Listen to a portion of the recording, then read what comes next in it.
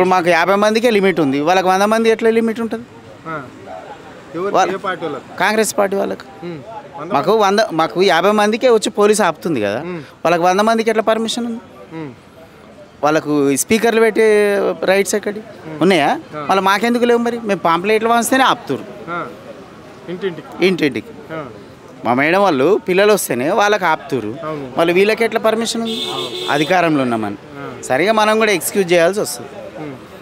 కోటీశ్వరరాలు అన్నందుకు అంటున్నాను నేను, 500కు జెండా పట్టుకొని తిరగాల్సిన అవసరం లేదు. మీరు అన్నట్ల మీ పార్టీ నాయకుడు చనిపోవడంతో మధ్యంతర ఎన్నికలు వచ్చినాయి. చనిపోయినాక కూడా వాళ్ళ కుటుంబం మీరు అన్నట్లుగా ప్రచారంకి వస్తే కూడా వాళ్ళ మీద కేసులు కూడా బుక్ అయినాయి, మాగాటి ఫ్యామిలీ మీద. దీన్ని ఎట్లా చూస్తారు మరి మీరు?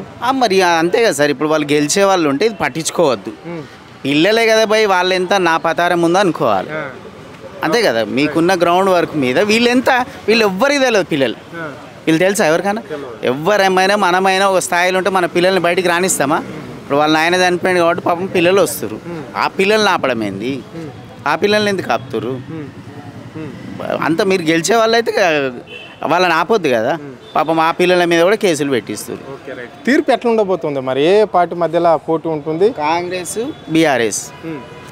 బీఆర్ఎస్ అంతే. ఈ బీజేపీ అంటే ఏం కనిపించట్లేదు సార్. గెలిచేది సునీతమ్మనే పక్క, కేసీఆర్ అన్నట్టు పక్క మెజారిటీ తోటి గెలుస్తాం మేము.